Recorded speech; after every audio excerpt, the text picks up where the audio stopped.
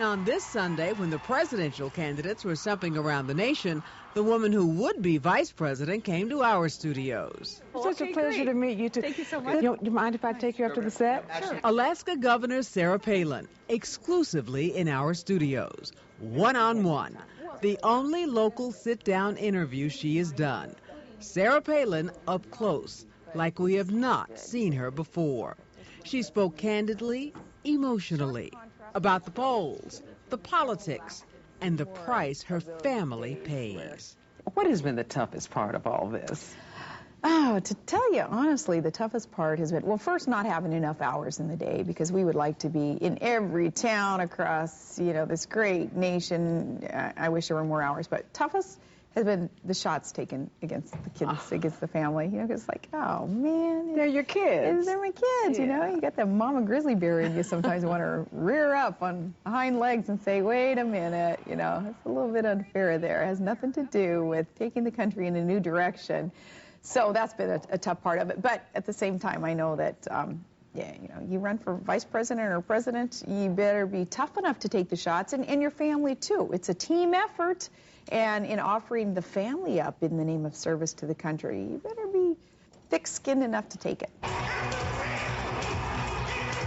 A running mate was in Ohio today, one of those key swing states that could decide the election.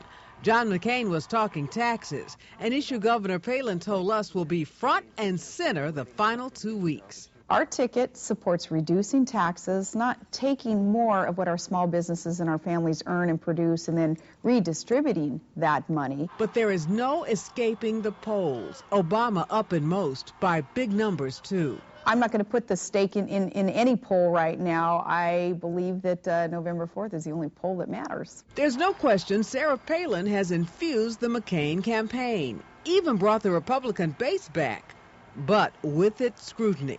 Questions about her ability. Is she ready? Again, Colin Powell making headlines today on that issue. She's a very distinguished woman, and she's to be admired.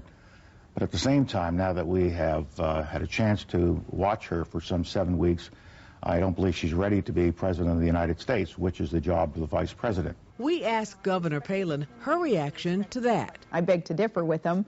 Not only will my executive experience be put to very good use in that position, coming from a mayor and small business owner and governor and regulator of oil and gas, but also, the vision that I share with John McCain. Live from New York, it's Saturday night.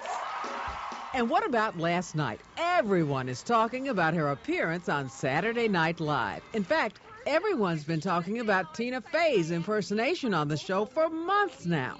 Palin called last night an important moment for any politician. Well, the chances you get a chance to laugh, like last night on Saturday Night Live, was right? Fun. I would do that again in a heartbeat. It was the most welcoming and friendly environment that you can imagine. Everyone was so nice. And, you have to have a sense of humor through all of this. You have to have some levity through this. Otherwise, it would really, I think, grind on you and wear you out. Governor Palin spent more than an hour with us in our studio. One special needs mom to another. Really? Yes. Sarah Palin, of course, has vowed to make special needs children a priority in a McCain-Palin administration. Her son Trig, born 6 months ago with Down syndrome. Her 13-year-old nephew has autism. I shared with her my personal story, the story of my daughter Kelly. She has lupus, a disease where your body literally attacks itself. You're going to want to do something special if elected. So what we need to do is strengthen the National Institute of Health. We have not funded it to the degree that it should be. We haven't prioritized, so enough funds go there to strengthen that so that we can start finding some of these cures. Thank you so much for talking to us again. We appreciate it. Brenda Blackmon, Fox 5 News.